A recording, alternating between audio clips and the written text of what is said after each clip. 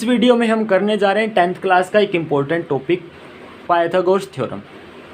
हालांकि Pythagoras theorem से आप पहले भी फेमिलियर हैं, इसके बारे में आपने पहले पढ़ा भी है छोटी क्लासेस में, लेकिन यहाँ पर एक्स्ट्रा चीज़ आ जाती है आपके पास पाइथागोरस थ्योरम का प्रूफ। साथ में स्टेटमेंट क्या है, in a right angled triangle, right angled triangle में, यानी कि एक ऐसी ट्राइंगल जिसका एक एंगल 90 डिग्री का होता है, उस ट्राइंगल में जो राइट एंगल के सामने की साइड होती है या फिर कहीं हाइपोटेन्यूज, उसका जो स्क्वायर होता है वो बाकी दोनों साइड्स के, इसको मान लेते हैं b, इसको मान लेते हैं p, जो उसका स्क्वायर होता है h² = b² + p²। ये होता है किसी भी राइट एंगल ट्रायंगल में जो हाइपोटेन्यूज होता है उसका स्क्वायर बाकी दोनों साइड्स के स्क्वायर के सम के बराबर होता है। ये है आपके पास पाइथागोरस थ्योरम की स्टेटमेंट। अब बात करते हैं इसके प्रूफ। हम मान लेते हैं कि हमारे पास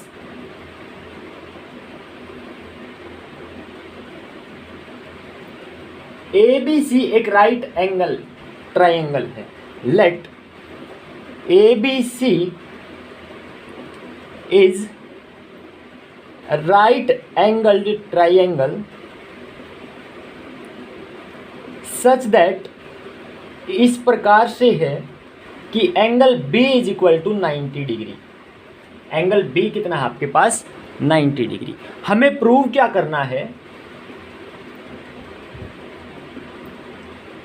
AC² = BC² + AB²। AC² = BC² + AB²। यहाँ पर हाइपोटेन्यूज क्या है? एंगल B के सामने की साइड, और वो क्या बनती है? AC। हमें प्रूव करना है AC² = BC² + AB²। तो देखिए, इसके लिए हम करते हैं कंस्ट्रक्शन। कंस्ट्रक्शन में क्या लिखेंगे? Draw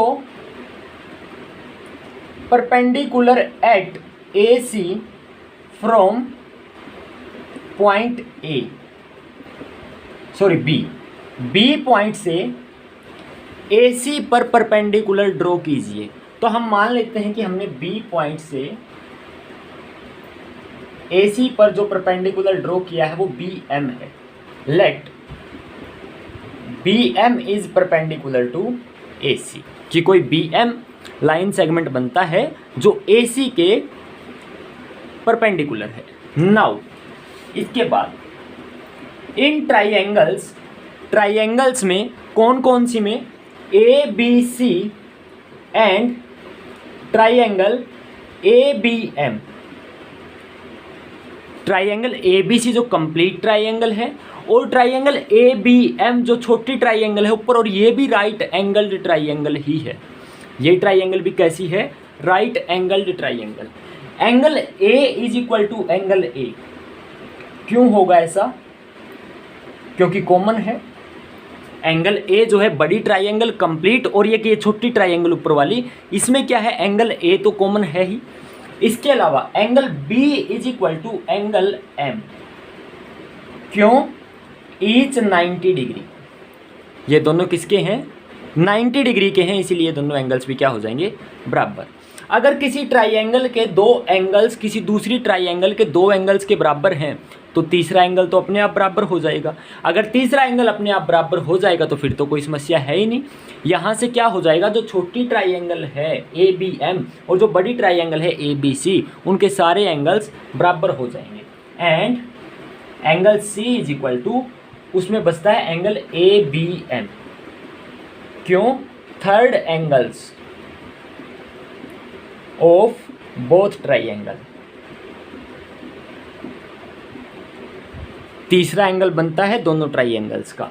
implies that triangle ABC is similar to triangle AMB।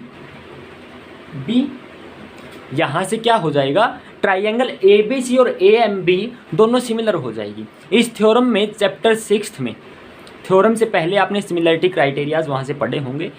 तो ABC और AM क्या हो जाएंगी, यहाँ से सिमिलर ट्राइएंगल हो जाएंगी। अगर सिमिलर ट्राइएंगल हैं तो साइड्स का रेशियो क्या होता है, सेम, यानी कि AB divide by AM is equal to BC divide by BM is equal to AC divide by AB। ठीक है, कोरस्पॉन्डिंग साइड्स कैसे लेते हैं, पहले 2 पॉइंट उठा लिए, यहाँ से साइड बनती है AB, फिर अगले 2 उठा लिए BC, फिर पहला और तीसरा उठा लिए AC। इस तरीके से आप कोरस्पॉन्डिंग साइड्स लिखते हैं। अगर आपने यहाँ पर एंगल्स के हिसाब से यहाँ पे नाम लिखा है, तो जब सिमिलैरिटी क्राइटेरिया में नाम लिखते हैं सिमिलैरिटी का यहाँ पर, तो ये एंगल्स के हिसाब से आता है जो एंगल्स बराबर होते हैं। अब यहाँ से देखो, हमको चाहिए क्या है, एक AB स्क्वायर चाहिए, एक BC स्क्वायर चाहिए, एक AC स्क्वायर चाहिए। यहाँ से हमारे पास इन दोनों से हमें AB स्क्वायर मिल सकता है, तो यहाँ से वैल्यू निकाल लेंगे। AB बाय AM बराबर है AC बाय AB। अगर क्रॉस मल्टीप्लाई करेंगे तो क्या आ जाएगा, AB into AB is equal to AC into AB, sorry AB by AM है ये, AC into AM। This implies AB square is equal to AC into AM। AB square किसके बराबर हो जाएगा, AC इंटू AM। यहाँ लिख लेते हैं AB square is equal to AC into AM। ठीक है, यहाँ से आया। नाउ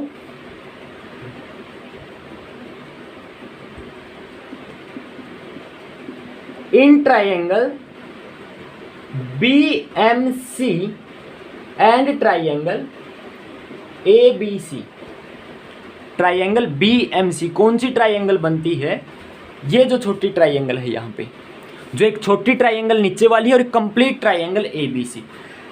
सिमिलर तरीके से बिल्कुल as it is triangle ABC similar हो जाएगी ट्राइंगल BMC के। Triangle ABC similar to triangle BMC। अगर यहाँ से हम साइड्स का रेशियो ले तो क्या बनेगा, AB by BM is equal to BC by MC is equal to AC by BC। यहाँ से हमको BC स्क्वायर मिलेगा इन दोनों से। अगर इनकी क्रॉस मल्टीप्लाई करें तो क्या मिलेगा, BC square is equal to AC into MC। अब एक इक्वेशन आपके पास ये है, एक इक्वेशन ये है, इसको मान लेते हैं 1, इसको मान लेते हैं 2। नाउ एडिंग 1 एंड 2, जब हम 1 और 2 को ऐड करेंगे we get AB square plus BC square is equal to AC into AM plus AC into MC, AC into AM plus AC into MC। This implies AB square plus BC square is equal to AC, यहाँ से common आ गया, अंदर क्या बचा, AM plus MC, AM plus MC। अब हम ध्यान से देखें इस ट्राइंगल में AM प्लस MC किसके बराबर है, कंप्लीट AC के, यानी कि ये किसके बराबर हो जाएगा, AC इंटू AC, और that is equal to AC square. और यही हमको प्रूव करना था कि AB square plus BC square is equal to AC square के बराबर होता है। यानी कि हमने क्या किया, 2 ट्राइंगल बना ली इसमें परपेंडिकुलर ड्रॉ करके। जो ये ऊपर वाली ट्राइंगल है इसको बड़ी ट्राइंगल के सिमिलर प्रूव किया, साइड्स का रेशियो लिया, वहाँ से हमको इन तीनों में से जो भी मिल सकता है वो देखा। उसके बाद छोटी ट्राइंगल को बड़ी ट्राइंगल के सिमिलर प्रूव किया, साइड्स का रेशियो लेने के बाद ये देखा कि इनमें से कौन सा मिल सकता है, किसका स्क्वायर मिल सकता है, हमको दोनों की वैल्यू निकाल दी। जिसकी वैल्यू हमारे पास आ गई, यहाँ पे AB स्क्वायर की वैल्यू आ गई, यहाँ पे BC स्क्वायर की वैल्यू आ गई, दोनों को ऐड कर दिया। ऐड करने के बाद सिंपल कैलकुलेशन की है, हम डायरेक्ट कहाँ पर पहुँच गए, AC स्क्वायर पे। ये था आपके पास पाइथागोरस थ्योरम का प्रूफ। अगर आपको डाउट रहता है तो कमेंट में लिख दीजिएगा।